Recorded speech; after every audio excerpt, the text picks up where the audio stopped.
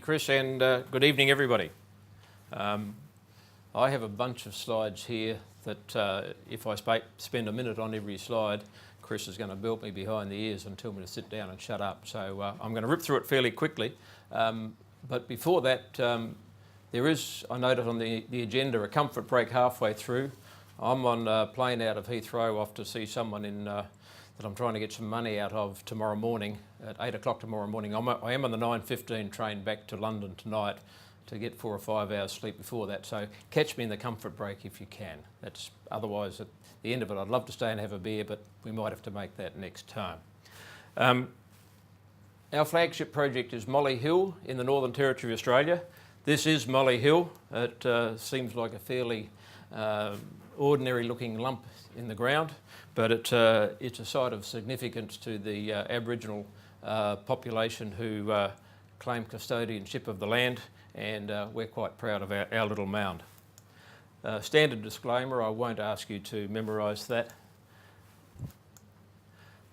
Essentially, ladies and gentlemen, we are in the tungsten business, and tungsten is not a commodity that people generally focus on. It's gold, it's copper, it's zinc, and nowadays there's rare earths and there's vanadium and there's titanium and there's lithium and all those things. Tungsten's the hardest metal there is.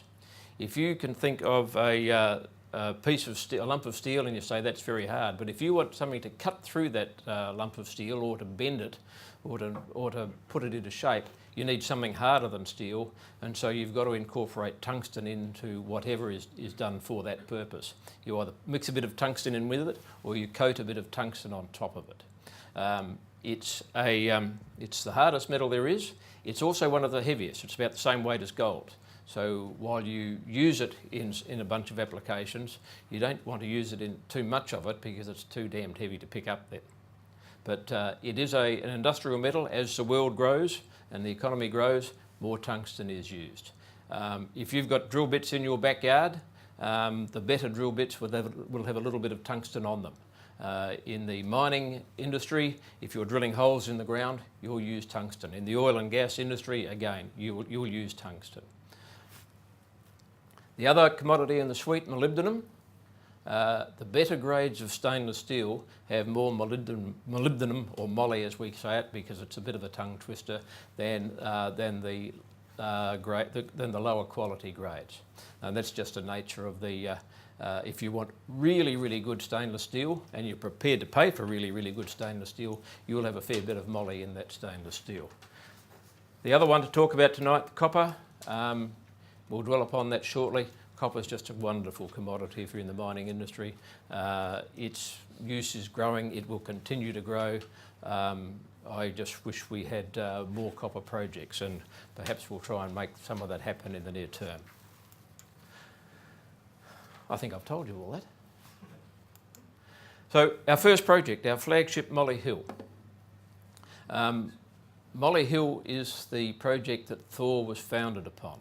It's in the Northern Territory of Australia. It's about 3.5 hours drive from Alice Springs. I was out there just over a week or so ago. Very hot, 40 degrees, lots of flies, and a long way from civilization as we perhaps know it here. We've had this for a long time. We have taken this from an advanced exploration stage to one where we have a feasibility study done. We have memorandums of understanding in respect of offtake for our concentrates. We have done the metallurgical test work. We've got the environmental clearances to go and take this through. The last thing we need now is some finance to build this mine and the plant and put it into operation. The features of the feasibility study here in very briefly. The things to focus about that I would like you to focus on in particular, the capex to make this happen, $43 million US. That's not a lot of money for a mining project, but it is a bit more than Thor Mining have right now. The other thing, our operating costs, $90 a metric tonne unit. We'll show you a slide further on later on that talks about what that means. But right now, the cost of tungsten on metric tonne units, which is 10 kilos of metal, is $280 a metric tonne unit. There's plenty of margin here if things go wrong for Thor to continue to make money out of Molyhil. In a bit of detail there, I'm not going to read through it because it's on our website and that's a complicated thing. I would ask you though to look at this, this graph here. This line here is our operating cost schedule and these bars are the revenue. Bloody good revenue for the first couple of years. A couple of reasons for that. The first is that our grade is very high at the top levels of the pit. In the third year, we do a pit cutback and the supply of ore to the mill at that grade does dry up a little bit. We can probably accelerate that, but we do have some strategies to fix that up, and we think we can implement those over the next little while. But this gets payback on these revenue assumptions in 18 months. So that's a fairly quick payback on a mining project.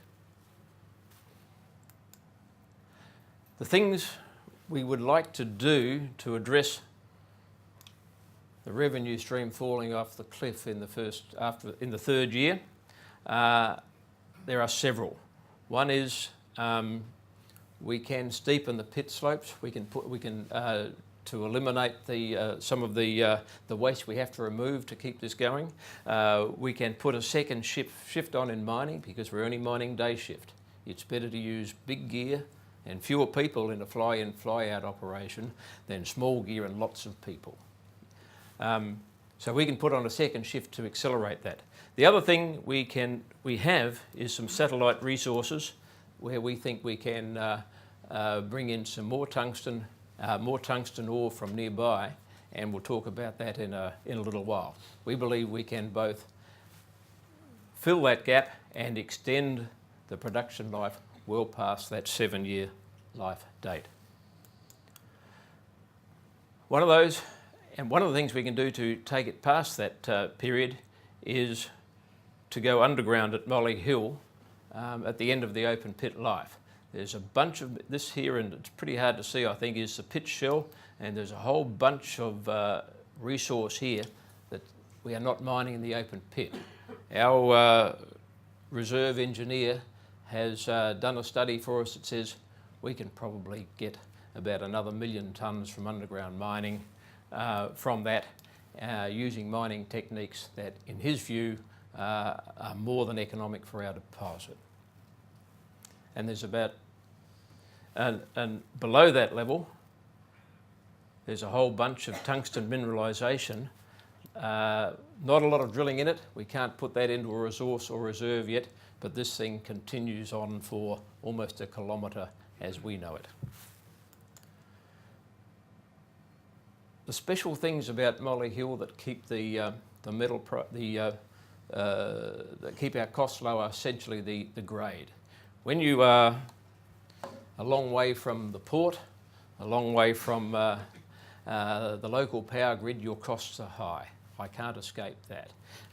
If we had a tungsten project similar to some being developed in Spain right now, at those grades, Molyhil wouldn't work.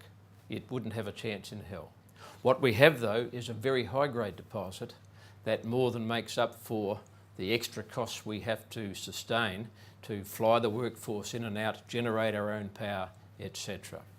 And so we say quite clearly is one of the higher grade open pit tungsten projects in the Western world, and it is. It's then boosted by the molybdenum we have in the system that adds virtually improves the grade by another 30%. And these grades don't seem all that high. You look at a copper mine and you say 0.28%.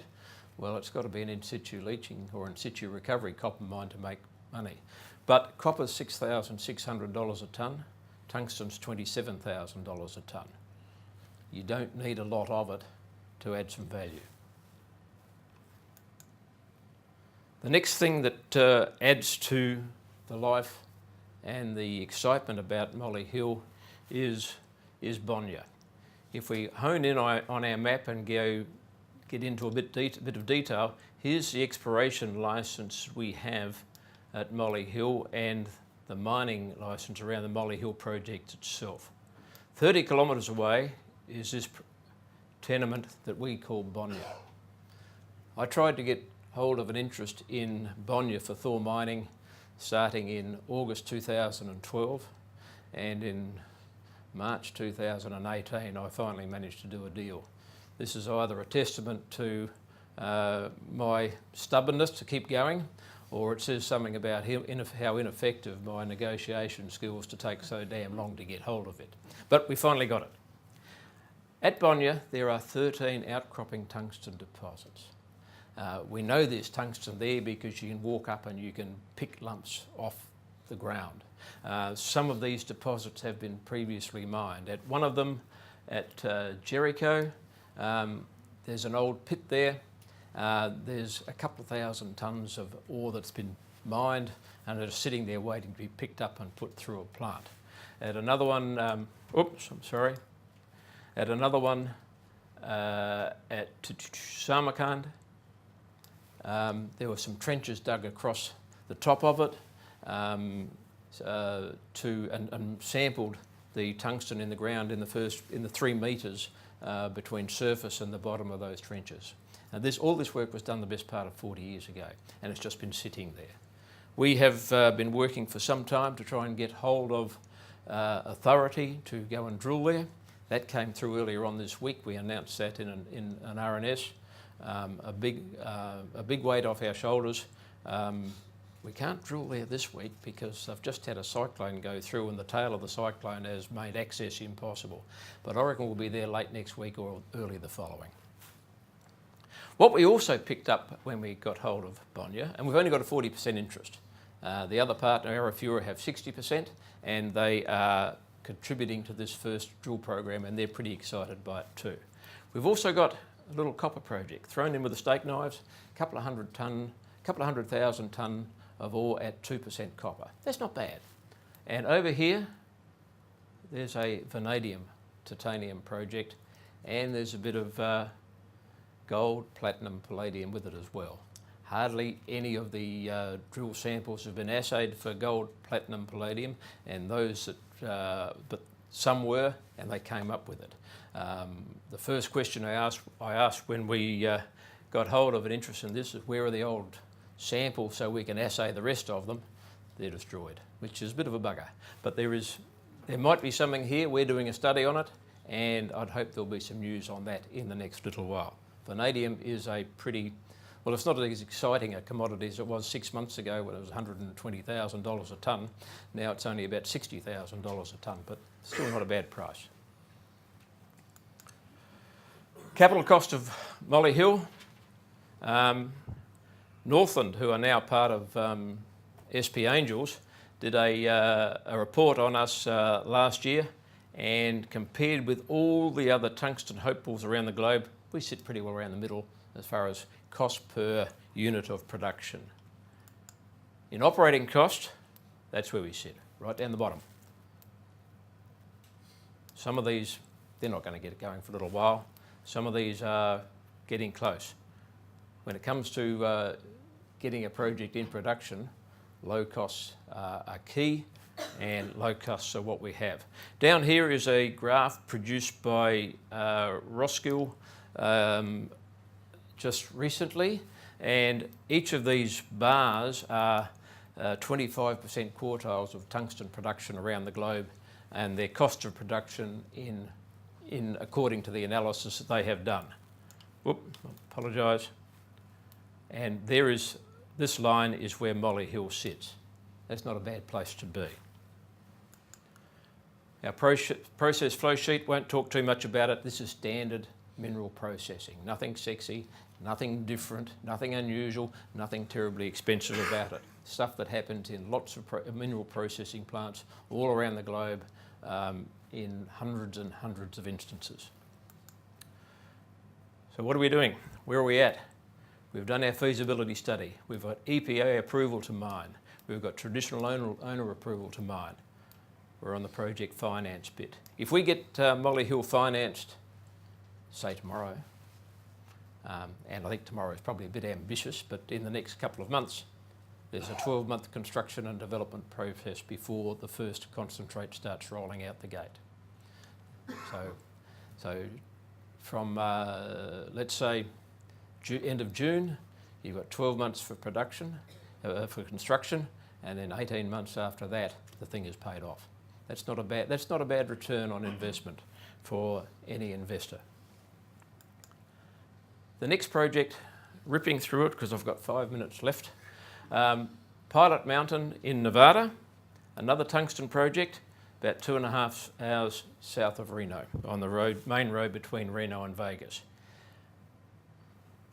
This is a commodity in the US that has been classed as a critical mineral. It is used for defence purposes, and the US has no domestic tungsten production. Most of the world's tungsten is produced from China.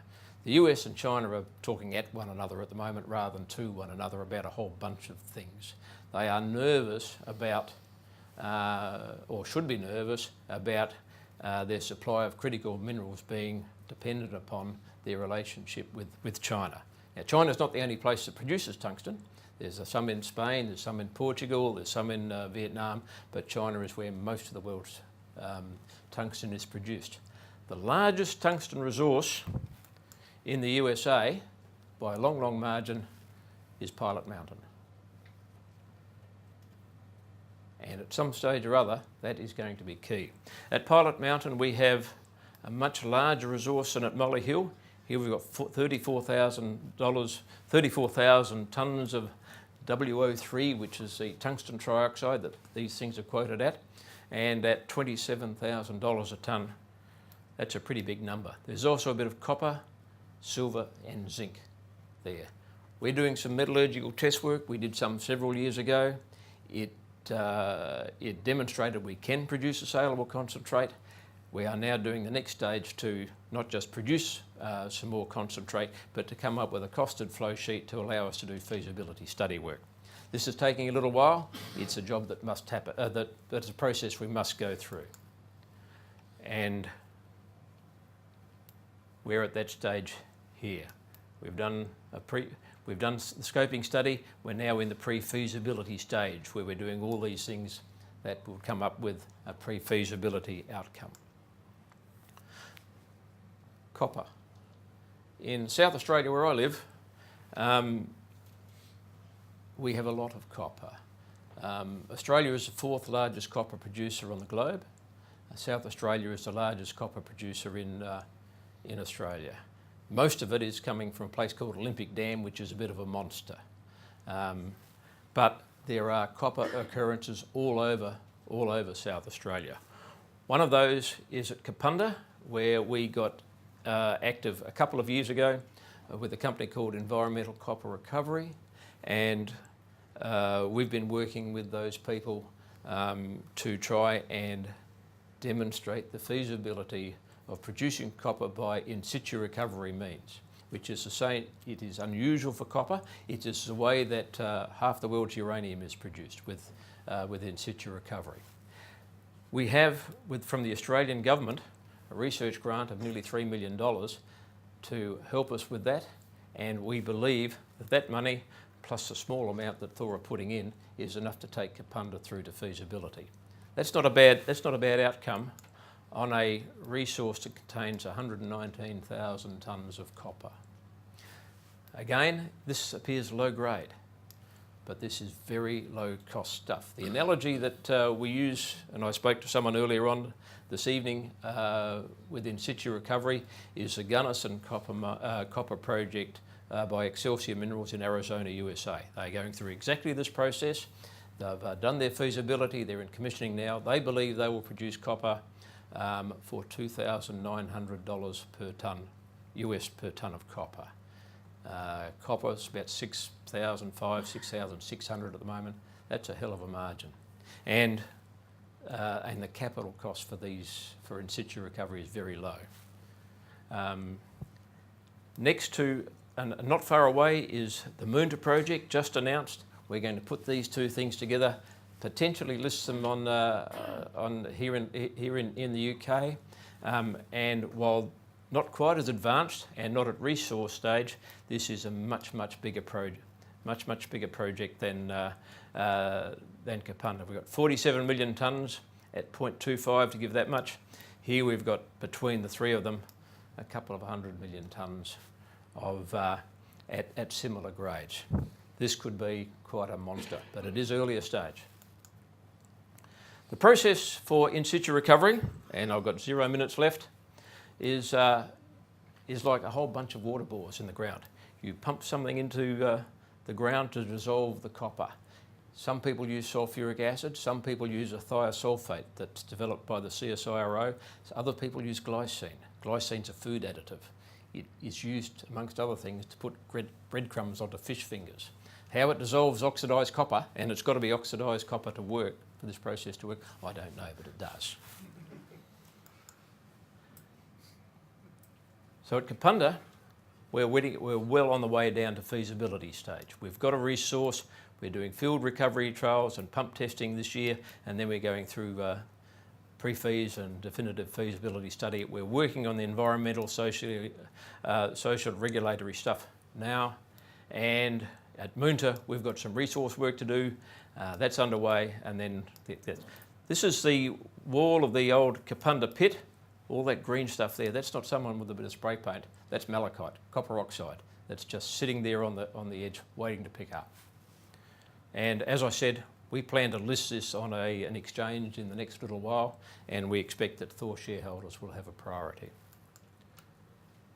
I've run out of time. That's repeating everything I've said before. This morning we announced a new initiative. We've raised some money. We've picked up some gold assets in the Pilbara region of Western Australia, uranium asset in the Northern Territory, and we're looking at another copper deal in the Northern Territory of Australia. This is about balancing our portfolio. When you're on the development path with some of these projects, there's not a lot of sizzle that you have with exploration of a drill hole coming up with 10 grams of tonne for 500 metres. Sometimes development work doesn't fire investors' imagination. We are balancing our portfolio. Our project, we've got a bunch of projects on the commercialisation path. We're coming up with a few now to come in behind them and to replace them as they go forward into production. And it's over time for me to shut up. Thank you. Thank you, Mick.